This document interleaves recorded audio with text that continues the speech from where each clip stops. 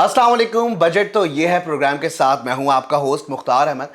क्योंकि हुकूमत पाकिस्तान की जानिब से बजट आ चुका है, रवां बरस 2021 और 22 का बजट। इस हवाले से हम तफसीली गुफ्तगू करेंगे और ये भी अंदाज़ा लगाएंगे कि ये जो बजट पेश किया गया है क्या ये मुल्क की तरक्की में मावन साबित होगा। हमारे साथ बहुत ही सीनियर और बहुत ही हर दिल अजीज़ शख्सियत हमारे साथ मौजूद हैं। बिज़नेस कम्यूनिटी में बहुत बड़ा नाम है, मुख्तलिफ कम्यूनिटी बिजनेस से भी इन्वॉल्व हैं, मुख्तलिफ इंडस्ट्री से इन्वॉल्व हैं, कंस्ट्रक्शन से लेके टेक्सटाइल से लेके मुख्तलिफ शोबों में अपना किरदार निभा रहे हैं। हमारे साथ काटी के साबिक नायब सदर मौजूद हैं और जो कि मौजूदा दौर में चेयरमैन हैं कराची बिजनेस गिल्ड के। तो मैं दावत देना चाहूँगा फराजुर रहमान साहब से और उनसे हम गुफ्तगू करेंगे बजट के हवाले से कि ये जो बजट पेश किया गया है ये मुल्क की इकनॉमी में कितना असरअंदाज होगा। तो चलते हैं फराजुर रहमान की जानिब पर उनसे बात करते हैं और जानते हैं कि ये जो रवां बरस का बजट है इसको वो किस तरीके से देखते हैं। अस्सलाम वालेकुम सर। सबसे पहले तो मैं वेलकम करूंगा अपने शो में। बजट तो ये है मैं और मैं चाहूँगा क्योंकि बजट पे बात हो रही है सर, मुझे बताइएगा आप किस तरीके से देखते हैं जो इस साल बजट आया है। बीटीवी का शुक्रिया अदा करता हूँ। Thank you sir. और आपका भी शुक्रिया अदा बहुत करता हूँ कि शुक्रिया आपने वक्त निकाला।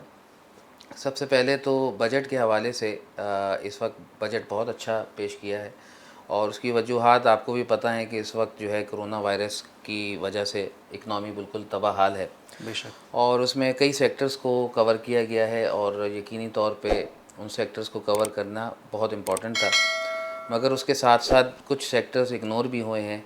तो उस पर भी हम इंशाल्लाह मैं आपको उस पर भी अपडेट देता हूँ। तो बात यह है कि सबसे पहले जो है वो तो मैं इमरान खान साहब का, शौकत तरीन साहब का और ये बहुत ही जो नाजुक सूरत हाल में इतना खूबसूरत बजट पेश करना है, ये इस पे मुबारकबाद पेश करता हूँ। बिल्कुल।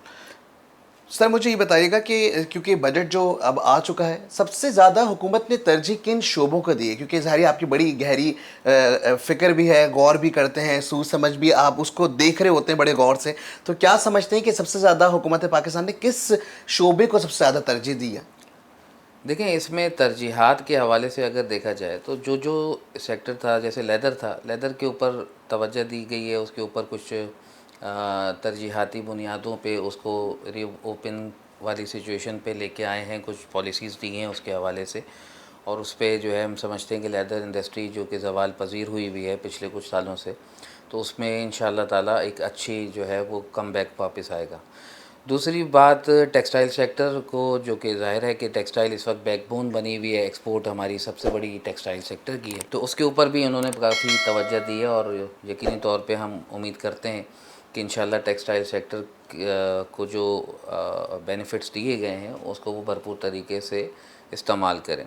उसके अलावा फाटा का और साटा का जो इन्होंने एक बेनिफिट दिया है इंडस्ट्रीज़ के हवाले से, वो भी एक बड़ा खुश आइन पहलू है। और इसमें हमारे कुछ भाइयों के रिज़र्वेशंस हैं कि जी हम इधर बिज़नेस कर रहे हैं तो वो उधर बिज़नेस कर रहे हैं, तो हमें जो है वो इक्वली ट्रीट किया जाए। तो बात यह है कि इसमें मेरा एक जवाब है कि देखें, कराची अगर एक डेवलप कंट्री है तो पूरे पाकिस्तान के अंदर यहाँ से इन्वेस्टर जाते हैं। लाहौर एक अगर डेवलप सिटी है तो वहाँ से पूरे पाकिस्तान के अंदर इन्वेस्टर जाते हैं। तो जो इन्वेस्टर्स जो हैं वो उनको हमेशा अट्रैक्ट किया गया, माजी में भी अट्रैक्ट किया गया, जब जब इंडस्ट्रियल जोन्स बनाने हुए, जब जब जो है वो इस तरफ तवज्जो देनी हुई, तो यही चीज़ की गई कि उन एरियाज़ में, उन जगहों पे, जैसे सीपैक है तो उसके अंदर जो इंडस्ट्रियल जोन लग रहे हैं उसके अंदर भी बेनिफिट दिए गए हैं। तो मैं समझता हूँ कि ये एक अच्छा अमल है। और इस तरह से जो है वो जो ओवरलोडेड हो जाते हैं कि जी वो शहर ही को बड़ा करते चले जाएं और शहर ही पे लोड डालते रहें, तो वो चीज़ भी नहीं होनी चाहिए। और पूरा पाकिस्तान डेवलप होना चाहिए। और पूरा पाकिस्तान डेवलप करने के लिए जो कि लीस्ट डेवलप कंट्रीज़ होती हैं, लीस्ट डेवलप सिटीज़ होती हैं, उसके ऊपर ऐसी ही पॉलिसीज़ दी जाती हैं। सही। सर रवां बजट में हम देख रहे हैं कि कैपिटल वैल्यू टैक्स में भी कमी की गई है, तो जो खास करके एक्सपोर्टर्स हैं, जो इंडस्ट्री से वाबस्ता लोग हैं, इनके लिए कितना फ़ायदेमंद साबित होगा ये। जी, टैक्स में ओवरऑल सेल टैक्स में है और वीएटी के अंदर है, सेल टैक्स के अलावा और दूसरे बेनिफिट्स भी दिए गए हैं। गाड़ी की ड्यूटीज़ में भी कुछ कमी की गई है 800 सीसी तक की, और उसके अलावा भी सेल टैक्स के ऊपर भी बेनिफिट दिया गया है। तो मैं समझता हूँ कि ये भी एक अच्छा इक़दाम है सही। और इससे भी जो है वो बिज़नेसमैन के अंदर एक थोड़ा सा एतमाद की फ़िज़ा बढ़ेगी। और जो इस फिर मैं कहूँगा कि कोविड-19 की वजह से अब सूरत हाल और दुनिया वैसी नहीं रही जैसी कि उससे बिल्कुल। पहले थी। सही। अच्छा, छोटी गाड़ियों का सिलसिला, एक तो बड़ी गाड़ियाँ और एक छोटी गाड़ियाँ 800 सीसी, 850 सीसी की जो गाड़ियाँ हैं, हम उनको देखें कि उस पे टैक्स को काफ़ी ज़्यादा रिड्यूस कर दिया है। 17% था, 12.5% जो है वो उसका रेशियो उन्होंने लगाया, तो इस पे क्या कहेंगे? जी, इसमें इलेक्ट्रिकल व्हीकल के ऊपर भी जी। इन्होंने बेनिफिट दिया है। इलेक्ट्रिकल व्हीकल प्लस 660 से 800 सीसी तक की जो गाड़ियों पे बेनिफिट दिया गया है। देखिए, हमारे यहाँ जो जनरल पब्लिक है वो यही गाड़ियाँ यूज़ करती हैं। सही। इलेक्ट्रिकल के ऊपर तो अब पूरी दुनिया के अंदर जो है वो एक रेवोल्यूशन की तरफ हम जा रहे हैं और उस रेवोल्यूशन बिल्कुल ऐसे ही रेवोल्यूशन है। जब अब मोबाइल फ़ोन आया था तो वो एक नया रेवोल्यूशन था। तो एक अरसे दराज से तकरीबन एक सदी से हम जो है वो एक पेट्रोल बेस टेक्नोलॉजी यूज़ कर रहे हैं और उसके सही। बाद एक इलेक्ट्रॉनिक की तरफ आ रहे हैं। तो ये रेवोल्यूशन है, इंशाल्लाह जल्द ही जो है पाकिस्तान भी इस रेवोल्यूशन की दौड़ के अंदर जो है वो आगे बढ़ेगा। तो अच्छी पॉलिसी है इलेक्ट्रॉनिक के हवाले से। बाकी जो आपने कहा 660 और 800 सीसी के हवाले से जो बेनिफिट देने के हवाले से आपने बात की, तो बिल्कुल देखें हमारी ये जो जनरल पब्लिक है वो 800 सीसी और 660 सीसी ही की ज़्यादा है। एग्ज़ैक्टली। तो अगर लेट सपोज़ एक 100 गाड़ियाँ बिकती हैं तो 70 गाड़ियाँ ये बिकती हैं। तो सही। अभी हमारे पास जो ब्रांड्स आए हुए हैं, मैन्युफैक्चर ब्रांड्स आए हुए हैं ऑटोमोबाइल सेक्टर के हवाले से, तो ग्रीन फील्ड और ब्राउन फील्ड में उनको बड़े बेनिफिट्स भी दिए गए हैं। तो अनकरीब मैं समझता हूँ कि जब वो इतनी प्रोडक्शन देने के काबिल हो जाएंगे कि बग़ैर ओन के छोटी गाड़ियाँ मिलना शुरू हो जाएंगी, तो उस वक्त हुकूमत जो है वो इसको पॉलिसी को रिवाइज़ कर दे। फ़िलहाल उसको मैं अच्छा ऑप्शन देखता हूँ कि यकीनी तौर पे वो मुल्क की तरक्की में अपना किरदार अदा करेगा। सर, हमारे व्यूवर्स को बताइएगा, क्योंकि अभी हम देख रहे हैं कि रिवाइव आया, एक रिवाइव या सेल्फ असेसमेंट स्कीम को लेके जो है वो एक रिवाइव बिल्कुल आया, खास करके इस ईयर में। तो इसको किस तरीके से देख रहे होते हैं जी आप? हाँ, आप बिल्कुल सही कह रहे हैं, ये रिवाइवल है। रिवाइवल ये है कि ये पहले परवेज़ मुशर्रफ साहब के दौर में शौकत अज़ीज़ साहब उस वक़्त वज़ीर ख़ज़ाना होते थे, तो जी। उन्होंने ये सेल्फ़ असेसमेंट स्कीम उस वक़्त इंट्रोड्यूस कराई थी। और उससे जो है वो एक एतमाद की फ़िज़ा कायम होने की साथ-साथ बहुत टैक्स पेयर की जो लिस्टिंग है वो बहुत बढ़ गई थी।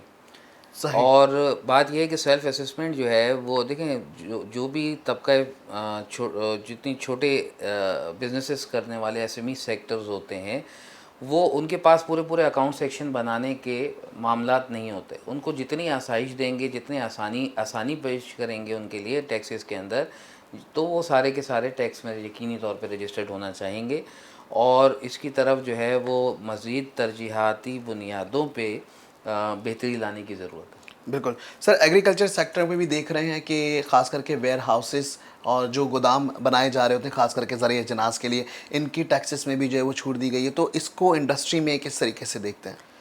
ये बहुत अच्छा इक़दाम है। पाकिस्तान देखें, पाकिस्तान का जब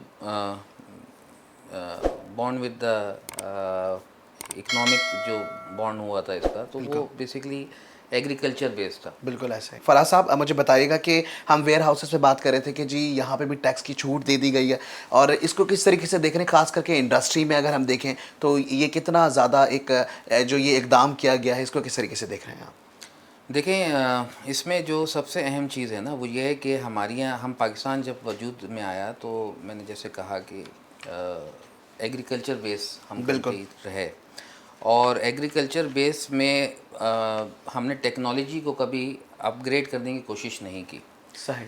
बात ये है कि अभी अगर वेयर हाउसेस के हवाले से कोई बेनिफिट दिया गया है और उसको दिया गया है, तो बेसिकली होता क्या है कि ये पेरिशेबल प्रोडक्ट्स होती हैं और either it consume either it destroy. सही। तो जब तक उनकी स्टोरेज अच्छी नहीं होगी, उनके लिए जो है वो स्टोरेज के लिए आप छूट नहीं देंगे और टैक्सेशन हो, तो लोग उस बिज़नेस पे अट्रैक्ट नहीं होंगे। तो ये बहुत अच्छी पॉलिसी है और यकीनन इसके साथ मज़ीद कुछ बेहतरी की गुंजाइशें मौजूद हैं। जैसे कि ज़ाहिर है ट्रैक्टर के ऊपर और तमाम चीज़ों के ऊपर जो छूट दी हुई है इन्होंने ऑलरेडी टैक्सेस के हवाले से, मगर उसके साथ साथ दुनिया भर में लेटेस्ट टेक्नोलॉजी यूज़ हो रही है। बिल्कुल। और उसको अगर आप सर्च करें डिस्कवरी के ऊपर, तो वो एक आदमी जो है वो 20-20 एकड़, 50-50 एकड़, 100-100 एकड़ को अकेले संभाल रहा होता है।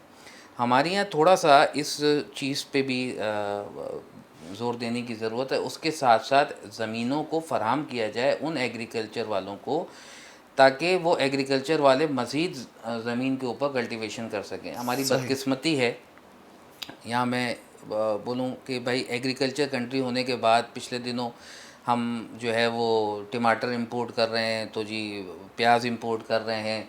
तो इसके ऊपर एक मॉनिटरिंग जो इदारा है उसकी कारकर्दगी को जो है वो एक सवालिया निशान आ जाता है सही। कि जी ठीक है, एक एक कोई मैस आ गया, एक बड़ा कोई तूफ़ान आ गया, कोई फसलें तबाह हो गई, कोई और मसला हो गया तो बात ठीक है। अदरवाइज़ हमें ये पता होना चाहिए कि जी हमारी मुल्क की जो ज़रूरी अजनास की ज़रूरत है वो कितनी है, सही। और हमें कितनी बनानी चाहिए, और हमें उसके हिसाब से कितनी स्टोरेज रखनी चाहिए। बिल्कुल सर, चेक एंड बैलेंस पे ही बात कर रहे हैं, तो चेक एंड बैलेंस पे मुझे एक सवाल बड़ा अच्छा कि थर्ड पार्टी ऑडिट का भी सिलसिला जो है वो इस बजट में दिया गया, इसको कैसे देखते हैं? क्योंकि चेक एंड बैलेंस की बात हो रही है, तो जहां हम देख रहे हैं कि इस पे चेक एंड बैलेंस रखना है, तो वैसे हम देखें तो ये थर्ड पार्टी ऑडिट किस तरीके से करामत साबित होगी है? मैं तो उसको कुछ ज़्यादा बेहतर तरीके से नहीं देखता, क्योंकि बात ये है कि थर्ड सही। पार्टी ऑडिट के अंदर फिर वही है, ऑब्जेक्शंस आ सकते हैं, तमाम चीज़ें आ सकती हैं। और थर्ड पार्टी ऑडिट जो है वो ज़रूर होना चाहिए, मगर ये कि वो इन केस ऑफ के आपको अगर ऑब्जेक्शन है कि जी ये फ़लाँ फ़लाँ चीज़ हमारे साथ नहीं हुई है और ये चीज़ होनी चाहिए और ये चीज़ नहीं होनी चाहिए थी, तो उसके अंदर आप जो है वो थर्ड पार्टी ऑडिट की तरफ जा सकते हैं। बाकी ये कि ज़ाहिर है कि कंसल्टेंट जो है वो आपके मेरा ख़्याल है कि उनको उनके काम में रहने दिया जाए तो ज़्यादा सही। बेहतर है। इससे पहले माजी में भी ऐसा हुआ था कि आपने देखा था कि जी जो एक कंसल्टेंट थे उनको एफबीआर का चेयरमैन बना दिया, जिसकी वजह से जो है वो कोई अच्छा रिज़ल्ट नहीं आया। सही। तो ऐसे ही अगर इस चीज़ को ये थर्ड पार्टी ऑडिट की तरफ लेके जाएंगे तो मैं नहीं समझता इसमें कोई बेहतरी आने की जी गुंजाइश है। सर, ये जो ऑटोमेटेड बेस्ड सिलेक्शन है फॉर ऑडिट के लिए, इसको किस तरीके से देखते हैं? हमेशा से ऑटोमेटेड है, हमेशा से ऑटोमेटेड है, और उसके बाकायदा वो उसके निकलता है, जिसका नाम निकलता है उसकी जो है वो हो जाती है, कोई नई चीज़ नहीं। सही। और सर, टैक्स रिसीट पे भी एक चीज़ कहा कि गिफ्ट दिया जाएगा, तो इसको किस तरीके से देखते हैं? देखें, बात ये है कि हमेशा हम जैसे हम कहते हैं ना बच्चों को कि फ़र्स्ट आओगे गिफ्ट देंगे, बिल्कुल। ठीक है, यूनिवर्सिटी में टॉप करोगे तो गाड़ी दे देंगे। बिल्कुल। तो इसी तरीके से ये चीज़ें अच्छी हैं, पॉजिटिव साइंस हैं, होने चाहिए। बात ये है कि अगर कोई शख्स डेलिबरेटली टाइम पे अपनी सारी चीज़ें अपडेट कर रहा है तो उसको यकीनी तौर पे आप इंसेंटिव्स दें, उसको वो करें, उसको मोटिवेट करें। हमारी कौम को मोटिवेट करने की ज़रूरत है, इसमें बड़ा पोटेंशियल है, ज़रा नम हो तो ये मट्टी बड़ी ज़रख़ेज़ है। बेशक। बिल्कुल, सवालात का सिलसिला जारी है और कराची ट्रांसफॉर्मेशन के हवाले से भी बात करना चाहेंगे। कंस्ट्रक्शन, डेवलपमेंट, ये सारी चीज़ें चल रही हैं। 739 अरब रुपए का बजट ख़ास करके कराची के लिए मुख्तस किया गया है। इसको किस तरीके से देखते हैं? क्या ये इंडस्ट्री के हवाले से, और अगर हम वैसे भी देखें तो क्या ये ज़रूरत को पूरा करेगा? देखें, बात यह है कि कराची में तो अभी सबसे पहले जो है ना मास ट्रांजिट की ज़रूरत है। बेशक। मास ट्रांजिट के साथ साथ यहाँ पे जो रोडें, इंफ्रास्ट्रक्चर है वो काफ़ी तबाह हाल है, और सनती इलाकों को बिल्कुल ही नज़रअंदाज किया हुआ है। बिल्कुल। अब अगर इन तमाम चीज़ों को देखा जाए तो ज़ाहिर है कि जो बजट दिया गया है वो कम है, मगर अभी सिंध का बजट भी आना है, और बस ये कि ये बजट आ जाए और लग जाए और अच्छी जगहों पे लग जाए, और सबसे पहले जो है वो इसके ऊपर मास ट्रांजिट पे काम हो जाए। देखिए, दुनिया भर के अंदर जो तरक्की याफ्ते शहर हैं, जो पाकिस्तान, जो कराची जैसा शहर जो दुनिया भर के अंदर मौजूद हैं, उनके अंदर अब सड़कों के ऊपर सड़कें, यानी कि पूरे शहर पे सड़कों का जाल बन गया। और कराची की भी अशद ज़रूरत है कि लियारी एक्सप्रेस वे की तरह यहाँ पे मुख्तलिफ़ एक्सप्रेस वेज़ बन जाएँ, जिससे कराची के जो डोमेस्टिक अंदर का ट्रैफिक है वो कम हो जाएगा। सही। सवालात के सिलसिले को आगे बढ़ाएंगे, और क्योंकि ज़ाहिर ये पेंशन से रिलेटेड मैं बात करना चाहूँगा कि 10 से 15% जो है वो इसके ऊपर भी बोला गया है कि फ़ीसद इसको इंक्रीज़ किया जाएगा। इसको कैसे देखते हैं?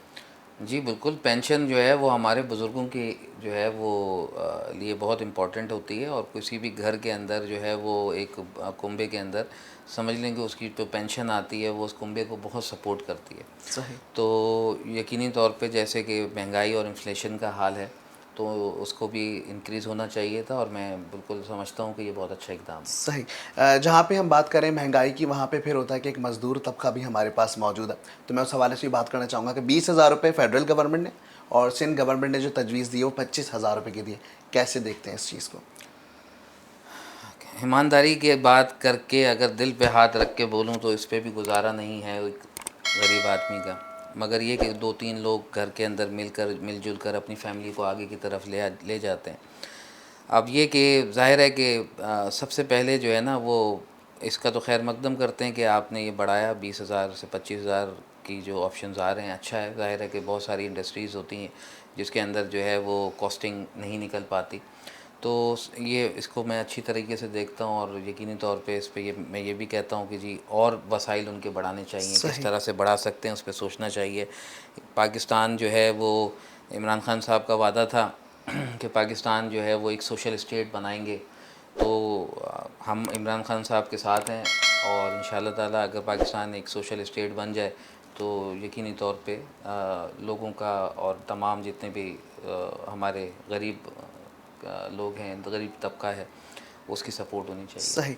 ऑनलाइन के हवाले से भी बात करना चाहेंगे, ऑनलाइन बिजनेसेस रन हो रहे हैं, ऑनलाइन मार्केट्स हो गई हैं, ऑनलाइन शॉपिंग हो रही है, इस पे भी टैक्सेस वगैरह का सिलसिला जो है वो लगाया गया है। इसको किस तरीके से देखते हैं, इससे हमारी इकोनॉमी को कितना फ़ायदा होगा? देखें ये ऑनलाइन तो आपने देखा है कि जी कोविड-19 की वजह से ऑनलाइन के एग्जैक्टली अंदर एक बहुत बूस्ट आ गया। सही। तो उस बूस्ट को जो है बेसिकली मैं समझता हूँ कि ये बूस्ट को गवर्नमेंट का भी हक है कि जी वो उनसे टैक्स वसूल करे और बहुत बिज़नेस उसमें बढ़ रहा है माशाल्लाह और बढ़ना भी चाहिए, कोई मसला नहीं है। बात ये सर्विसेज बेस्ड बिज़नेस है, सर्विसेज की हमेशा ग्रोथ तेज़ होती है और इस पे टैक्सेस देने चाहिए। जब सारे इदारे टैक्सेस दे रहे हैं तो उनके ऊपर भी टैक्स। मैं चाहूँगा एसएमई पे थोड़ा सा बात कर ली जाए कि इस सेक्टर को जो है वो काफ़ी ज़्यादा हम देख रहे हैं, ख़ास करके इस बजट में जो पेश किया गया है, इसमें एसएमई सेक्टर को काफ़ी ज़्यादा जो है वो देखा जा रहा है और हम यही देख रहे हैं कि शायद आगे चल के इंडस्ट्री के लिए ये काफ़ी ज़्यादा कारआमद साबित होगा। आप कैसे देखते हैं इसको? देखिए जी एसएमई सेक्टर को मैं नहीं समझता कि इसमें कोई बहुत ज़्यादा मराद दी गई हैं। मगर अच्छा। हाँ, इससे पहले एक जो लोन विदाउट कोलेटरल के हवाले से एक लोन स्कीम जो प्राइम मिनिस्टर साहब ने इंट्रोड्यूस कराई है, वो यकीनी तौर पे वो सूदमंद साबित होगी। और एसएमई सेक्टर जो है वो इस कोविड-19 में सबसे ज़्यादा अफेक्टेड हुआ और मैं समझता हूँ कि जंगी बुनियादों पे उस सेक्टर को खड़ा करने की ज़रूरत है क्योंकि हमारी यहाँ जॉब क्रिएशंस भी सबसे ज़्यादा एसएमई सेक्टर के अंदर होती हैं सही। और एसएमई सेक्टर ही जो है वो हमारी समझ लें किसी भी मुल्क के लिए जो है वो बैकबोन का किरदार अदा करती है। तो मेरा ये इसमें मौक़िफ़ है कि एसएमई सेक्टर को मज़ीद इम्प्रूवमेंट की इसमें ज़रूरत है। इसके अंदर कोई ख़ास पॉलिसी लेके आएँ जो एसएमई सेक्टर को कोविड-19 रिलीफ़ के हवाले से उनको देनी चाहिए। सही। सर टूरिज़्म को किस तरह देखते हैं? हॉस्पिटैलिटी को किस तरीके से देखते हैं? ख़ास करके अब जब ये इकोनॉमी हम देख रहे हैं, जो बजट आ चुका है, तो अगर टूरिज़्म को देखें तो उसको कैसे देखेंगे आप?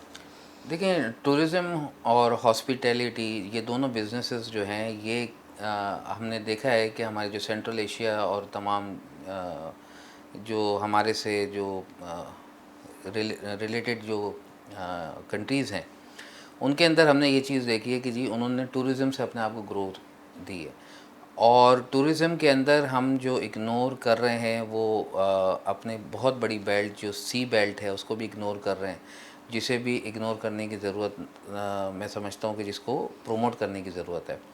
तो इसमें सबसे पहले ये कि अगर टूरिज़्म और इसके ऊपर हम अगर तवज्जो दें तो मैं समझता हूँ कि हम काफ़ी इसके अंदर बेहतरी ला सकते हैं। पोटेंशियल है इसके अंदर। जनाब बिल्कुल सर, गुज़िश्ता दिनों आपका एक हमारे पास एक मौक़िफ़ था ब्लू इकोनॉमी के हवाले से, उस पे क्या कहेंगे?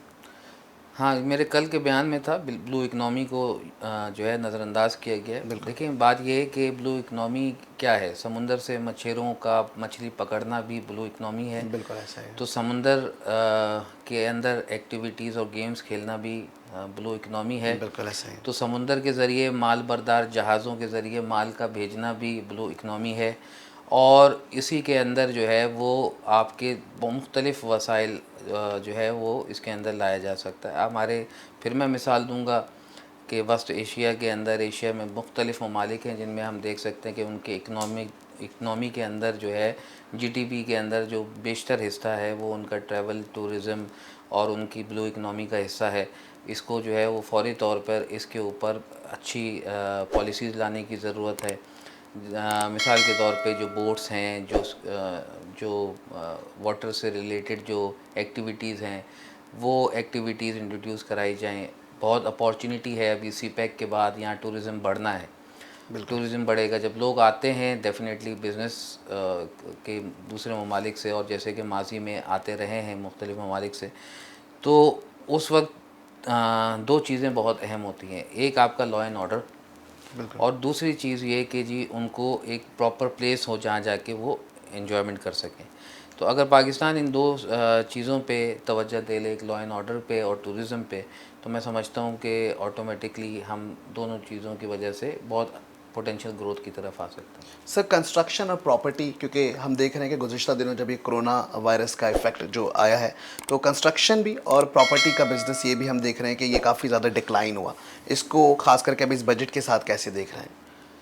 कंस्ट्रक्शन इंडस्ट्री, आपने बिल्कुल सही कहा कि कंस्ट्रक्शन इंडस्ट्री डिक्लाइन की तरफ गई, मगर उसके बाद प्राइम मिनिस्टर साहब ने उसकी एक अच्छी पॉलिसी दी, जिसकी वजह से फिर बिल्डर हजरात ने दोबारा कमर कसी और दोबारा कामों पे लगे। मगर हाँ, वो पोटेंशियल नहीं है, ज़ाहिर है, वो इसलिए नहीं है कि बाइंग पावर लोगों की ख़राब हुई भी है, ठीक है ना। और बाइंग पावर जो है वो इंक्रीज़ करने की ज़रूरत है, बैंकों को अच्छी स्कीमें लाने की ज़रूरत है, सूद को जो है वो मज़ीद नीचे लाने की ज़रूरत है, सेल टैक्स को 1 यूनिट पे लाने की ज़रूरत है। ये बहुत सारी एक्टिविटीज़ हैं जो कि मैं समझता हूँ कि इनको फ़ौरी तौर पर लाया जाए और वॉल्यूम को बढ़ा दिया जाए। सही। ठीक है ना, जितना वॉल्यूम बढ़ा दिया जाएगा, जितनी सस्ती ज़मीनें, माजी में भी ऐसा हुआ है कि स्कीमें लाने के लिए बिल्डर्स को ज़मीनें अलॉट हुई और उसके बाद उसमें सस्ते मकानात लोगों के लिए उन्होंने पेश किए। तो इसी तरीके से बिल्डरों के साथ पब्लिक प्राइवेट पार्टनरशिप के अंदर सस्ते घर आवाम को मिलने चाहिए, और सस्ती जो है वो कंस्ट्रक्शन, अच्छा कंस्ट्रक्शन कॉस्ट भी बहुत महंगी हो गई है दरअसल। सही। ये भी एक बहुत बड़ी वजह है कंस्ट्रक्शन कॉस्ट, जो कि अब जो है वो उस पर भी रिसर्च करने की, R&D की ज़रूरत है कि हम किस तरीके से कंस्ट्रक्शन कॉस्ट को नीचे ला सकते हैं। तो इसके लिए अगेन मैं कहूँगा कि टेक्नोलॉजी का ट्रांसफ़र, और टेक्नोलॉजी और इंटरनेशनली जो कंस्ट्रक्शन चल रही हैं लो कॉस्ट हाउसिंग के हवाले से, तो उसके ऊपर भी काम करने की ज़रूरत है। सही। सर मुझे बताइएगा आखिर, क्योंकि मैं सवाल लेना चाहूँगा, मैं ये जो बिज़नेस फ्रेंडली है ये बजट, या आप इसको पब्लिक फ्रेंडली समझते हैं? मैं इसको बिज़नेस फ्रेंडली भी समझता हूँ और पब्लिक फ्रेंडली भी समझता हूँ, और इन हालात के अंदर मैं मुबारकबाद पेश करता हूँ कि ऐसा बजट उन्होंने पेश किया, और यकीनी तौर पे इसमें तमाम ही वॉक ऑफ लाइफ के लोगों को कवर किया गया। बहुत शुक्रिया फराजुर रहमान साहब हमारे साथ रहने का, खास करके बजट के हवाले से जो इन्फॉर्मेशन आपने हमारे व्यूवर्स को दी है। वक्त बहुत ही कम है, और जैसे कि नाजरीन आपको काफ़ी इन्फॉर्मेटिव एक टॉक फराजुर रहमान साहब के साथ रही, और बहुत कुछ सीखने को मिला खास करके बजट के हवाले से। उम्मीद यही करेंगे कि ये जो बजट है ये मुल्क की इकनॉमी पे बहुत ही पॉजिटिव साबित होगा और हमारी इकनॉमी को मुस्तहकम करके रखेगा। बिल्कुल नेक्स्ट एपिसोड में हम आपको एक और अपने गेस्ट से मिलाएंगे। तब तक के लिए हमें इजाज़त दीजिए, इस उम्मीद के साथ कि अपना बहुत ख्याल रखिएगा।